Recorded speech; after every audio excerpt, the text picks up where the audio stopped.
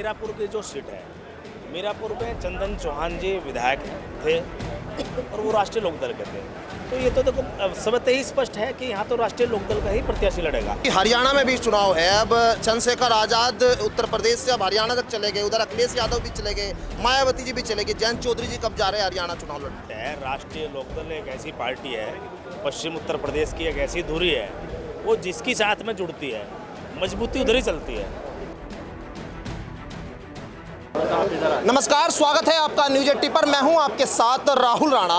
उत्तर प्रदेश में 10 सीटों पर उपचुनाव होने हैं। तारीखों का ऐलान भले ही अभी ना हुआ हो, लेकिन अभी से जनसभाएं और वोट की अपील शुरू हो गई है। मैं हूं मीरापुर की सीट पर और राष्ट्रीय लोकदल ने आज मीरापुर की सीट पर एक कार्यक्रम किया और यहां पर वोट की अपील की। अभी सीटों का बंटवारा होना बाकी है, क्योंकि लग रहा है कि अब कहीं ना कहीं अंदर खाने क्या सीट तय हो गई। आज से भी तमाम बातों को समझने के लिए कैबिनेट मंत्री अनिल कुमार जी, आपका बहुत बहुत स्वागत सबसे पहले।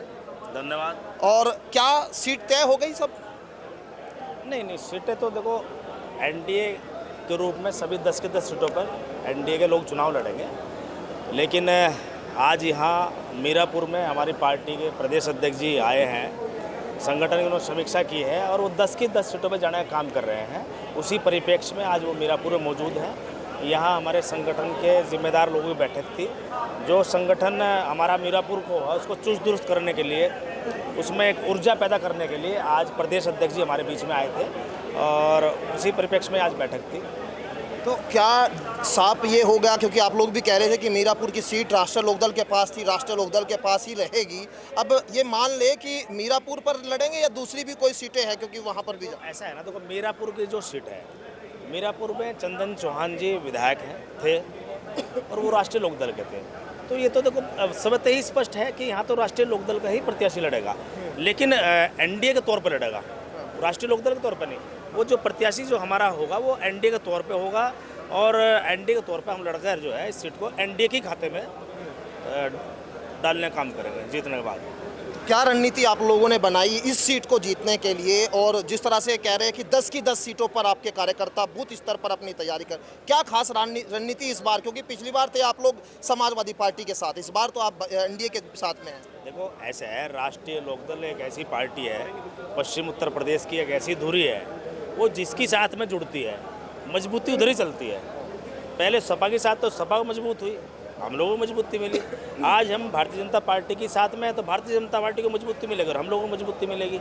तो राष्ट्रीय लोकदल एक मजबूत संगठन है और किसानों से, युवाओं से, बेरोजगारों से जुड़ा हुआ, मतलब ऐसा जो संगठन है जो सब वर्गों की, सभी लोगों की बात उठाने का काम करता है, सभी वर्गों की बात उठाने का काम करता है। तो जब चुनाव होगा वो एनडीए स्तर पर होगा। अच्छा, एक सवाल ये कि हरियाणा में भी चुनाव है। अब चंद्रशेखर आजाद उत्तर प्रदेश से अब हरियाणा तक चले गए, उधर अखिलेश यादव भी चले गए, मायावती जी भी चले गए, जयंत चौधरी जी कब जा रहे हैं हरियाणा चुनाव लड़ने? नहीं, देखो उसमें वो मसला ऊपर का है, वो एक रणनीतिक मसला है।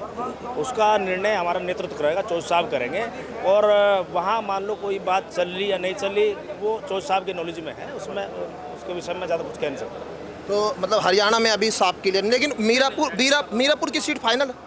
मीरापुर तो लोकदल ही लड़ेगा ना, लोकदल के साथ साथ एनडीए लड़ेगा। ठीक है, हाँ, एनडीए सभी 9 सीटों पर एनडीए लड़ेगा, यहाँ पे एनडीए लड़ेगा।